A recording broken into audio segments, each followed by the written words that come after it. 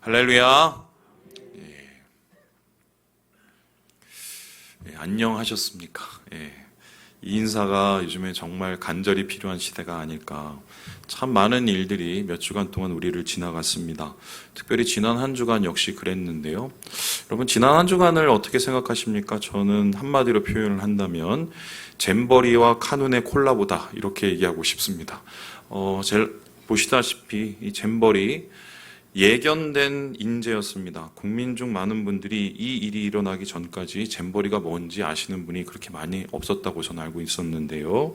살인적인 대위에 어설픈 대회 준비가 겹쳐서 국제적 망신을 샀습니다.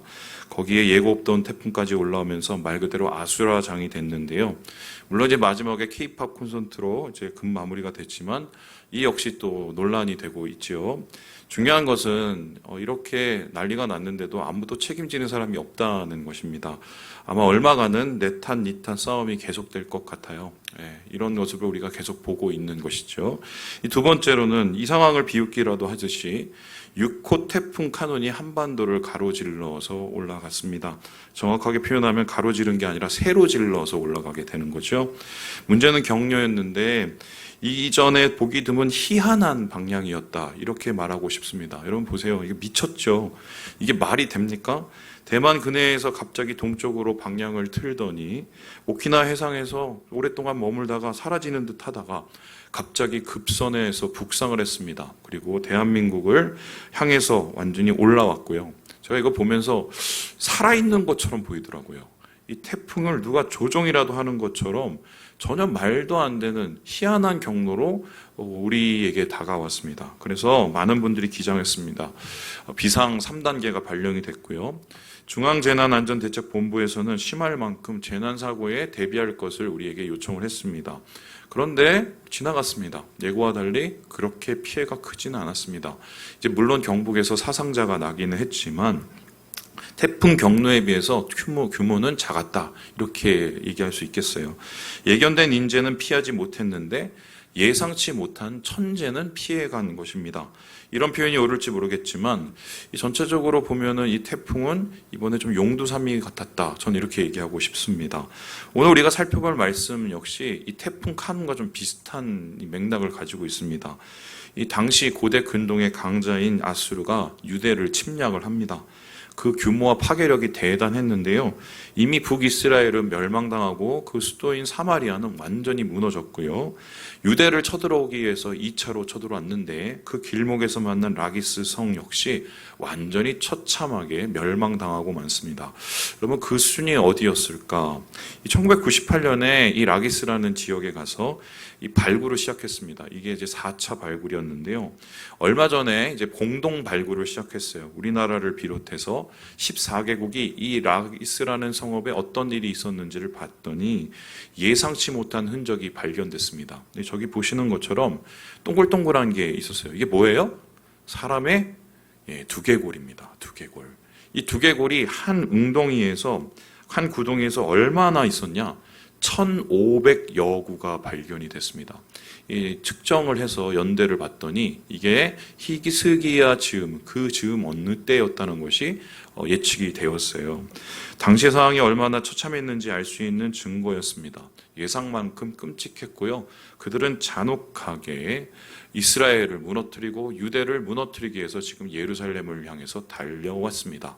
그런데 이 전쟁, 이 재난, 마치 태풍 카눈이 그 자취를 감춰버린 것처럼 너무 이상하게 끝나버립니다. 다음 그림에서 보시듯이요, 갑자기 아수르 군대가 회군을 했습니다. 성경에 의하면은 이 이후에 예루살렘에 평화가 찾아왔다고 하는데 어떻게 이런 일이 일어났을까? 여러 가지 이야기가 없어요. 아주 간단하게 하나님이 하셨다라고만 이야기를 합니다. 하지만 이렇게 된 데에는, 이렇게 말도 안 되는 전쟁의 끝을 보게 된 데에는 중요한 이유가 하나 있었습니다. 다름 아니라 히스기야라는 사람이 하나님 앞에 올려드린 기도였습니다. 히스기야는 유대의 몇 안 되는 선한 왕, 좋은 왕입니다. 하나님과 좋은 관계를 가졌던 왕이었지요. 그는 종교개혁을 했습니다. 하나님 신앙을 제대로 만들려고 노력했지요. 그리고 무너진 유대를 부흥시키기 위해서 가진 힘을 다 했습니다. 그런데 히스기야의 이야기를 읽어보면 다른 왕과 다르게 눈에 띄는 대목이 있습니다. 그게 무엇인가? 그는 바로 기도를 했다는 것입니다. 이 다음 근에서 보는 것처럼 히스기야는 가장 어려울 때, 가장 괴로울 때, 가장 희망이 없을 때 기도로 그것을 극복했습니다. 저기서 보는 저거는 오늘 우리가 함께 보는 것처럼 아수르의 침략 앞에 무릎을 꿇고 하나님 앞에 기도를 했습니다. 반대쪽에 보이는 것은 히스기야가 개인적으로 죽음을 앞두고 중한 병에 걸렸을 때 하나님 앞에 살려달라고 기도를 했습니다. 이 기도 어떻게 됐나요? 아수르 물러갔습니다. 죽음이 물러갔습니다. 15년 동안 더 연장해서 살 수 있게 되었습니다. 아마 기억하실 거예요. 그 설교. 한마디로 히스기야는 기도의 사람이었습니다. 이런 시각으로 본문을 해석하면은 이렇게 설교할 수 있습니다. 이런 거죠. 어려움 속에서 기도해라. 환난 속에서 기도해라. 재난 속에서 주님께 기도해라. 그러면 우리가 주님께 기도함으로 그 어려움을 극복하고 살 길을 얻을 수 있다. 이렇게 아주 굉장히 간략한 주제의 설교가 만들어집니다. 저도 예전에 이렇게 설교를 했습니다. 그런데 제가 지난번 히스기야 말씀을 준비하다가 그 히스기야의 이야기를 좀 계속 읽어봤어요. 한 몇 차례 읽어보다가 좀 이상한 거를 하나 발견했습니다. 이게 뭐냐면요. 시간이 꼬여 있더라고요. 그러니까 히스기야의 이야기 종교개혁하고 아수르 쳐들어오고 정에서 났고 바벨론 사신 오고 이 이야기들이 시간이 꼬여 있어요. 그래서 제가 궁금해서 이 이야기가 어떻게 된 영문인지 그 단서를 한번 발견해 보는데요. 우리 20장 6절의 말씀을 같이 한번 읽어보도록 하겠습니다. 시작. 내가 내 날을 15년을 더할 것이며 내가 너와 이 성을 아수르 왕의 손에서 구원하고 내가 나를 위하고 또 내 종 다윗을 위함으로 이 성을 보호하리라 하셨다 하라 하셨더라. 이 말씀이 무엇이냐면은 하나님께서 히스기야의 병을 낫게 하신 다음에 15년 생명을 연장한 뒤 하나님께서 말씀하신 축복의 말씀입니다. 그런데 하나님께서 말씀하신 이 말씀을 잘 보세요. 내가 15년 더 살려줄게. 너 잘 먹고 잘 살 거야. 이렇게 얘기하지 않았어요. 이 뒤에 어떤 일이 있을지를 얘기했는데 여기 보세요. 아수르의 왕의 손에서 너를 구원하고 이 성을 보호하겠다는 말이 나옵니다. 그러면 지금 이 얘기가 어떻게 되냐면 이런 거예요. 히스기야가 아프고 나서 아수르 왕에서 하나님이 보호하는 사건이 다음으로 이루어진 거예요. 그러면은 앞에서 보듯이 이 기도의 순서가 바뀌게 되는 건데요. 보여주세요. 한마디로 기도가 보여주세요. 뒤바뀌어야 돼요. 그러니까 히스기야가 하나님 앞에 살려달라고 병에 걸려서 기도한 게 먼저고요. 그러니까 개인적인 하나님 앞에 간구가 먼저고 그 다음에 어떻게 해요? 나라를 살려달라고 기도한 게 그 다음이 됩니다. 그러면 이런 상황에서 보면 히스기야가 기도가 개인적인 기도에서 더 큰 나라를 위한 기도로 발전되는 상황이 보이는데요. 이러한 말씀을 기초로 연대기적으로 그리고 그 당시에 있었던 다른 역사서를 보면서 이것을 재구성해 보면 히스기야의 이야기는 이렇게 재구성이 됩니다. 이 첫 번째로는 종교 개혁이 일어납니다. 글자가 깨졌네요.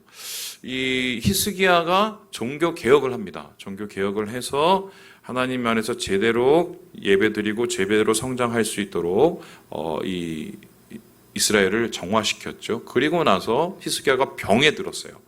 병에 들고 나서 어떻게 합니까? 하나님 앞에 고쳐달라고 했고 그 응답으로 15년을 더 살게 됩니다. 그리고 나서는 어떻게 해요? 바벨론 사신이 옵니다. 바벨론 사신이 와서 어떻게 합니까? 야, 우리하고 좀 잘 지내보자. 아수르하고 싸우는데 같이 한번 연합해보자. 이렇게 얘기를 합니다. 그리고는 어떻게 돼요? 그들과 연합을 할 뿐만 아니라 자기의 재물을 다 보여주면서 허세와 허영으로 자랑을 합니다. 그것 때문에 하나님 앞에 욕을 먹죠. 그 욕먹은 다음에 어떤 일이 일어나요? 오늘 본문에 나오는 아수르가 침략하는 재난이 일어나는 거예요. 그래서 이러한 순서로 바라보면 히스기야 얘기가 다른 시각으로 보이는데 그럼 궁금합니다. 왜 굳이 이사야는 그냥 시간별로 이 이야기를 이렇게 써면 될 것을 왜 굳이 시간을 바꾸면서 이렇게 이야기를 진행해 시켰을까? 여기에 대해서 송병현 교수가 이렇게 얘기하는데요. 우리 같이 한번 읽어보도록 하겠습니다. 시작. 저자는 왜 사건의 시간 순서를 바꾸었을까? 첫째로 극적인 위기감을 조성하기 위해서다. 긴장을 통해 독자들의 흥미를 지속시키고 여호와만 의지하라는 메시지를 강조하기 위해서다. 둘째로 하나님께 망언하여 자신의 신전에서도 안전하지 못했던 아수르 왕과 죽을 위기를 맞이했어도 믿음으로 살게 된 히스기야를 대조하기 위해서일 것이다. 좀 이해가 힘드시죠? 제가 설명을 해드릴게요. 이런 거예요. 이 앞에 얘기를 보면 어떤 얘기가 나냐면 북이스라엘이 이제 막 무너집니다. 그리고 이제 유대의 침략의 기운이 막 오는 거예요. 전쟁의 기운이. 그 속에서 갑자기 히스기야가 병에 걸려서 낫다 얘기하면 좀 이렇게 김이 빠지는 거예요. 그러니까 그런 긴장감을 더욱더 주고 더욱더 드라마틱하게 전개하기 위해서 전쟁 여기를 이렇게 거기 갖다 붙였다는 거예요. 이스라엘은 망했는데 유대는 하나님께 기도해서 나았다. 뭐 이렇게 얘기하고 싶었고, 그 다음에 이 이야기의 끝을 보시면 알겠지만 히스기야가 아수르 왕을 물리쳤습니다. 자기가 한 게 없는데 기도해서 물리쳤는데, 그럼 아수르 왕은 왜 망했나? 하나님 욕하다가 망한 거예요. 그러니까 하나님 욕하다가 아수르 왕은 망했고, 히스기야는 그 다음에 어떻게 해요? 하나님께 기도해서 자기의 목숨이 살려진. 그러니까 이 여러 가지 상황을 보면 이 이야기가 여기 들어가는 게 더 적당하겠다 생각해서 이 문학적인 방법으로 이것을 순서를 바꿔버렸다. 이렇게 이제 학자들은 대충 생각을 합니다. 그래서요, 저는 오늘 여러분과 함께 뭐 이런 의미의 말씀을 전하는 것도 좋겠지만 순서별로 좀 보고 싶어요. 오늘 아수르 침략을 히스기야가 병에 나서 낫고 바벨론 사신 와서 하나님 앞에 혼나고 그 다음에 아수르 침략이 온 요 순서로 한번 바라보고 싶었습니다. 그런데 그렇게 바라보니까 왜 하나님께서 유대 가운데 아수르로부터 재난을 받고 전쟁을 당하게 하는지를 이해할 수 있는 새로운 해석이, 새로운 시각의 폭이 열리더라고요.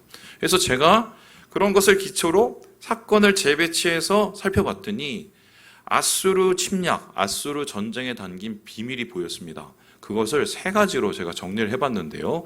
처음은 다음과 같습니다. 우리 같이 한번 읽어보죠. 시작. 징계.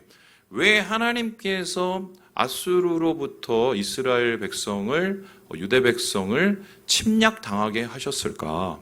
이 사건의 배열을 따져보면 이것은 징계의 성격이 강했다는 것입니다. 우리 함께 20장 19절의 말씀을 같이 한번 읽어보겠습니다. 시작.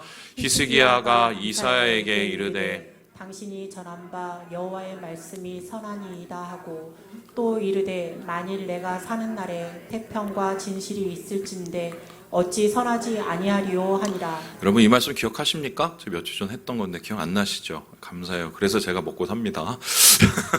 중요한 건 이런 거예요. 히스기야가 하나님 앞에 혼났어요. 왜 혼났냐면, 야, 바벨론 사신한테 뭘 했어? 제가 가진 거 다 보여줬어요. 왜 보여줬어? 말을 안 하는 거예요. 왜 보여줬냐면 그 이유가 있었거든요. 자기가 가진 것 과시를 해서 나 이 정도니까 우리 같이 친하게 지내. 이러려고 했던 거예요. 그래서 우리 같이 친하게 지내서 바벨론 옆에는 애굽 손잡고 우리 위에 있는 아수르하고 잘 싸워보자. 한마디로 정치 외교적으로 안정을 구했던 거예요. 그런데 여기에 대해서 하나님께서 뭐라고 말씀하십니까? 그거 너 잘못된 거야. 왜 잘못됐습니까? 너희의 안정과 평화는 애굽이나 바벨론에 의해서 만들어지는 게 아니라 누구에 의해서 만들어져요? 하나님 때문에 만들어지는 걸 왜 인정을 못하냐라고 이야기를 합니다. 그리고는 히스기야에게 일종의 징계적인 예언을 하는데 너 앞으로 좀 힘들어질 걸, 그리고 바벨론에 의해서 이 땅이 정복될 거야 라고 했어요. 그때 히스기야가 요 말을 한 거예요. 그래도 제 때는 괜찮죠? 제가 사는 날 동안은 태평과 진실이 있는 거죠? 그러면 괜찮습니다. 굉장히 이기적인 판단이고 굉장히 어리석은 생각이었죠. 이 무책임한 히스기야의 반응, 크게 잘못한 것이 없다고 생각했기 때문입니다. 다 잘 되려고 그렇게 한 건데 왜 하나님이 그렇게 하신 건가? 의문을 가진 것입니다. 그런데 이것은 하나님이 보시기에는 분명히 오류가 있었어요. 이렇게 계속 놔두면 히스기야가 망가지는 것이 빤히 보였던 것입니다. 그래서 하나님께서는 히스기야를 깨닫게 하시기 위해서 매를 드신 거예요.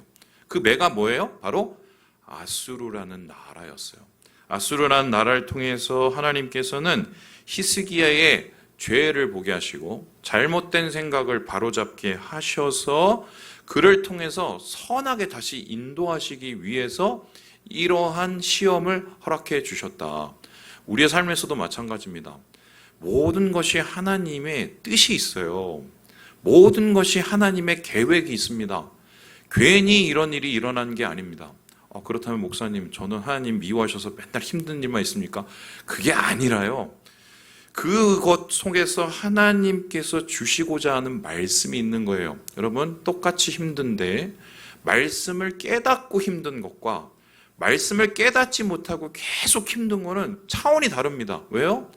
말씀을 깨닫고 뉘우치면 새로운 희망과 소망이 열리는데 그냥 계속적으로 당하고만 있으면 어떻게 해요? 삶에 아무런 변화가 없기 때문이에요. 바로 하나님께서는 이러한 의미로 아수르 침략을 허락하셨고요. 그 징계를 받고 히스기야는 어떻게 했습니까? 자기의 베옷을 입고 그 옷을 찢으면서 하나님 앞에 나아갔습니다. 이거는 단순히 화가 나서 그런 게 아니라요. 앞뒤 전후 문맥을 보면 회개한 겁니다. 자신의 잘못에 대해서 하나님 앞에 회개를 하고 생각을 바로잡으려고 노력했던 것이 바로 이 아수르 침략에 대한 첫 번째의 비밀인 거예요. 두 번째, 그렇다면 아수르 침략에 담긴 비밀은 무엇이었을까요? 우리 같이 한번 읽어보겠습니다. 시작! 시험적인 성격이 있었다는 것입니다. 우리 함께 18장 19절의 말씀을 같이 한번 읽어보겠습니다. 시작! 랍사게가 그들에게 이르되 너희는 히스기야에게 말하라. 대왕 아수르 왕의 말씀이 내가 의뢰하는 이 의뢰가 무엇이냐. 이 랍사게가 누구냐면 아수르의 3대 군대 장관이었어요. 장군입니다. 우리로 따지면 좀 포스타 정도 되는 거예요. 이런 사람이 지위가 높은데 이제 히스기야를 도발합니다. 예루살렘 성 앞에서 모든 사람이 듣도록 어떡합니까? 히스기야의 무능함을 계속적으로 꼬집고 있었어요. 니네가 믿는 저 왕이 니네 구해줄 것 같아? 저 왕을 신뢰해? 저 왕 아무것도 못해? 이러면서 히스기야의 무능을 고발하면서 백성들을 이간질하려고 했습니다. 그런데 재밌는 게 이 랍사게가 일종의 심리전을 했을 때 제일 먼저 백성들에게 어떻게 질문을 했냐면 이렇게 얘기를 했어요. 네가 의뢰하는 게 도대체 뭐냐? 네가 도대체 의지하는 게 도대체 뭐냐? 이 사람이 이렇게 얘기했던 건 이건 거예요. 뭔데 네가 이렇게 똥배짱이냐? 이렇게 말하려고 한 건데 사실 이 말씀에는 진짜 하나님이 하시고 싶었던 이야기가 있었던 거예요. 이것은 적군의 입술을 통해서 말씀하시는 하나님의 질문이었습니다. 여러분, 시험이 무엇입니까? 왜 하나님께서는 우리에게 시험을 주십니까? 시험을 통해서 분명한 목적을 이루시기 위해서입니다. 예를 들어서 한번 우리 아브라함을 생각해 보죠. 아브라함을 시험하셨습니다. 어떻게 시험하셨습니까? 야, 네 이삭 있지? 걔 하나밖에 없는 애. 걔 데리고 가서 저기 모리아산에 올라가서 걔 죽여서 나한테 제물로 바쳐. 이렇게 얘기했습니다. 그 이야기를 듣고 아브라함이 어떻게 했습니까? 고민을 하기 시작했죠. 그리고는 어떻게 했어요? 사흘을 올라가면서 말없이 올라갔어요. 그리고는 어떻게 해요? 이삭을 누워놓고는 꽁꽁 묶고는 자기 칼을 들어서 내리치려고 했었을 때 하나님께서 아브라함에게 뭐라고 하십니까? 멈춰라, 됐어, 통과 이랬어요. 그러면 하나님께서 왜 그 시험을 허락하셨을까요? 아브라함이 하나님을 경외하는지 안 하는지를 보려고, 그 마음의 심중에 무엇이 있는지를 보려고 하나님이 시험하셨다라고 말을 합니다. 그렇다면 오늘 이렇게 아수르를 통해서 힘들게 하시고 재난을 주신 이유도 결국 무엇인가? 히스기야가 정말 하나님을 의지하는지 보려고 그 마음을 뉘우쳐서 말만이 아니라 자신의 모든 삶을 통해서 하나님 앞에 엎드려 주님의 도움을 간구하고 의뢰하는지를 보려고 하나님께서 그에게 시험을 하신 거예요. 그래서 하나님께서는 오늘도 우리에게 시험을 통해서 똑같은 질문을 하실 때가 있어요. 내가 전혀 예상치 못한 일들이 막 벌어집니다. 나는 잘못한 게 별로 없는 것 같은데 막 이런 일들이 이루어져요. 도대체 내가 뭘 잘못한 거야? 내가 도대체 뭘 어떻게 했길래 내가 이런 짓을 당해? 근데 잘 생각해 보면 결국 그것은 어려움이 문제가 아니라 하나님의 질문이 문제예요. 네가 그래도 나를 믿니? 네가 그래도 나를 신뢰하니? 네가 그래도 나를 의지하니? 이것을 하나님께서 질문하시기 위해서 우리를 시험하시는 경우가 있다. 바로 아수르의 침략은 그러한 시험의 의미가 분명히 숨어 있다는 것을 보게 됩니다. 마지막으로 그렇다면 이 아수르의 침략에 담긴 이 비밀은 무엇일까? 우리 같이 한번 읽어볼까요? 시작. 교훈입니다. 하나님께서는 죄를 꾸짖기 위해서 징계하셨습니다. 그의 마음을 테스트하기 위해서 시험하셨습니다. 그리고 마지막으로 이 재난을 통해서 히스기야에게 진짜 가르치고 싶었던 게 있었던 거예요. 하나님께서 정말 말씀하시고자 하는 것, 그가 깨닫기 원하는 것이 있었던 것입니다. 자, 그렇다면 그것은 무엇이었을까요? 우리 함께 20절의 말씀을 같이 한번 읽어보겠습니다. 시작. 아모스의 아들 이사야가 히스기야에게 보내 이르되 이스라엘 하나님 여호와의 말씀이 내가 아스루 왕 사네립 때문에 내게 기도하는 것을 내가 들었노라 하셨나이다. 이런 겁니다. 히스기야가 뭐 이도저도 안 되니까 나중에는 하나님 앞에 무릎을 꿇고 기도를 합니다. 엎드리죠. 그런데 기도를 딱 듣고 나서 하나님이 이사야를 보냅니다. 그리고 뭐라고 합니까? 나 그거 들었어 라고 합니다. 여러분, 이 말씀을 조금 더 입체적으로 보려면 세 번역을 보면 더 재밌는데요. 한번 보여주시죠. 제가 한번 읽어볼게요. 아모스의 아들 이사야가 히스기야에게 사람을 보내어 이렇게 말하였다.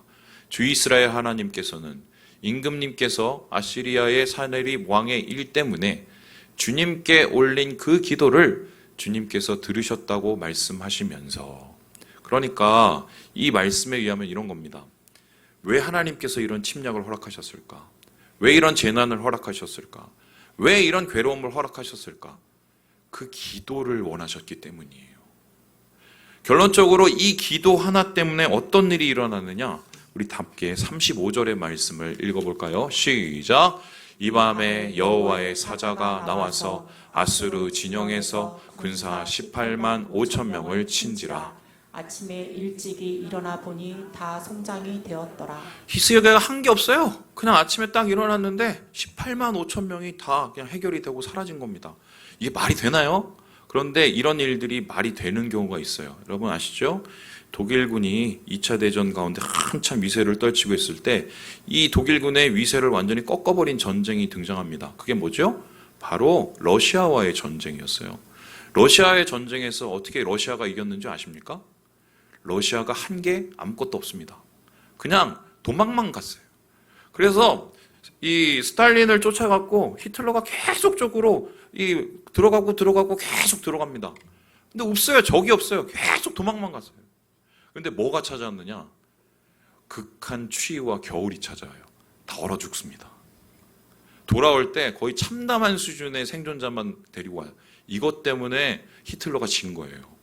이런 상황으로 구성을 해본다면 아마 이 전쟁도 아마 이러지 않았을까. 학자들은 아마 전염병이 퍼져서 갑자기 이 전쟁이 급마무리 된 것으로 이렇게 생각하는데요. 어쨌든 하나님께서 히스기야의 기도를 통해서 이 전쟁을 마무리해 주신 것입니다. 그러면 이런 얘기가 돼요. 하나님께서 왜 이 전쟁을 일으키셨냐? 징계도 하시고 시험도 하시기 위해지만 결론적으로 히스기야가 이 기도를 드리게 하시기 위해서, 이 기도가 히스기야의 입에서 나오게 하시기 위해서 이 모든 것을 허락하셨다는 거예요. 근데 이 기도는 단순히 히스기야만 살리는 게 아니라 어떻게 됩니까? 나라와 민족, 자기의 공동체를 살리는 살림의 기도가 된 것입니다. 자, 그렇다면 저는 오늘 이 얘기를 하고 싶었던 거예요. 그 기도가 도대체 뭘까요? 오늘날도 우리가 살아야 됩니다. 오늘날도 우리 나라가 살아야 됩니다. 우리 공동체가 살아야 되죠. 또 우리 영혼들이 살아야 됩니다. 우리 가정이 살아야 돼요. 히스기야가 올렸던 이 기도, 하나님이 그토록 바라시는 그 기도, 오늘 하나님도 우리에게 원하시는데 도대체 이 기도는 무엇일까? 여러 가지 이야기가 있지만 시간상 다 말씀드리진 못하겠지만 요약해 본다면 이 19절 한 절로 다 끝이 나요. 우리 같이 한번 읽어보도록 하겠습니다. 시작. 우리 하나님 여호와여, 원하건대 이제 우리를 그의 손에서 구원하옵소서. 그리하시면 천하 만국이 주 여호와가 홀로 하나님이신 줄 알리이다 하니라. 한마디로 하나님 앞에서 인정하는 기도를 드렸어요. 무엇을 인정했습니까? 하나님, 나는 이러한 상황을 해결할 수 있는 능력이 1도 없습니다. 자신의 무능력과 한계를 인정하는 기도를 드렸습니다. 그리고 무엇을 인정했습니까? 하나님, 내가 그때 정말 잠깐 미쳤나 봐요. 제가 잘못 생각했어요. 자기의 죄를 인정하는 기도를 드렸습니다. 그리고 가장 중요한 게 뭐예요? 하나님을 인정하는 기도를 드렸어요. 나는 못하지만 주님은 하십니다. 나는 죄를 지었지만 하나님은 용서하십니다. 그리고 하나님은 저 엄청난 무악한 극악한 저 이 아수르 군대를 멸하실 수 있는 능력이 있으십니다. 왠가요? 하나님은 천지를 창조하신 세상의 주권자이시기 때문이에요. 그래서 이 하나님께서 히스기야에게 듣고 싶었던 게 뭐예요? 결론적으로 얘기하면요, 하나님의 하나님 되심이에요. 한마디로 표현하면 하나님의 주권을 인정해 드리는 기도입니다. 앞서서 우린 두 기도를 봤어요. 하나님, 주님 살려주세요. 그래, 내가 15년 살려줄게. 우리가 이 기도를 할 때 이런 기도를 보통 많이 합니다. 하나님, 돈 필요해요. 돈 주세요. 하나님, 우리 자식 잘 돼야 돼요. 이번에 시험 잘 봐야 돼요. 이런 기도를 합니다. 자, 그래서 하나님 응답하십니다. 기뻐요. 근데 보통 이런 기도의 끝에는 교만으로 끝날 가능성이 많습니다. 왜요? 내가 이미 다 받았기 때문에 이제 뭐 볼 게 없는 거죠. 나 15년 더 사니까. 그래서 사실 이런 기도의 응답 때문에 오히려 히스기야는 망가져요. 그런데 하나님께서 우리의 기도의 영역을 넓혀 주실 때는 그 개인적이고 이기적인 욕망의 기도에서 일어나서 뭔가 자기의 틀을 깨는 기도를 원하세요. 그 틀을 깨는 기도가 뭡니까? 하나님의 하나님 되심을 인정하는 기도예요. 주님의 주권을 인정하는 기도예요. 하나님, 나는 잘 모르지만 하나님의 뜻이 있을 줄 믿습니다. 주님의 뜻은 나의 뜻보다 훨씬 더 좋을 줄 믿습니다. 지금 내가 잘 이해가 안 되지만 하나님이 나를 사랑하심으로 이 모든 것을 주관하시는 줄 믿습니다. 자기의 가장 어려운 부분, 자기의 가장 괴로운 부분을 주님의 손에 올려드리는 거예요. 왜요? 하나님의 하나님 되심을 신뢰하기 때문이에요. 진짜 기도는 그것으로 완성이 돼요. 달라달라 하는 기도의 끝이 우리의 영혼을 성장시키지 못합니다. 근데 그 기도를 넘어서 주님의 주권을 인정하는 기도를 드리게 되면 우리의 생각의 사고의 새로운 영역들이 열려요. 삶의 순간순간을 살면서 하나님이 오늘 나에게 어떻게 여실까를 기도하며 살아가게 되죠. 히스기야를 보세요. 다 내려놨어요. 왕관도 문제도 내려놓습니다. 하나님이 하시니까요. 나는 못하지만 하나님이 하시니까. 여러분, 오늘날 우리나라에 가장 필요한 기도가 이 기도예요. 우리의 삶에 가장 필요한 기도가 이 기도입니다. 우리 생각엔 이거 내가 하면 되지. 누구 시키면 되지. 누구한테 도와주면 되지. 기도하기보다 전화합니다. 묵상하기보다 검색합니다. 그리고 갖은 수를 쪄서 이것저것 다 해보다 그것도 안 되면 나중에 저렇게 엎드려요. 이게 우리의 현실이죠. 근데 주님께서는 바로 그 기도가 나타나기까지 기다리고 계세요.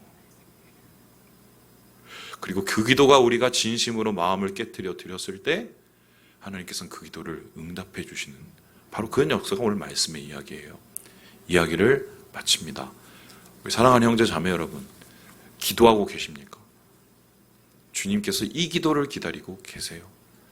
주님의 주님 되심, 하나님의 하나님 되심, 하나님의 주권을 인정하며 올려드릴 때에 우리를 통해서 영광 받으시는 주님의 은혜를 경험하시는 우리 모든 형제 자매들 되시길 주님의 이름으로 축원합니다. 기도하겠습니다.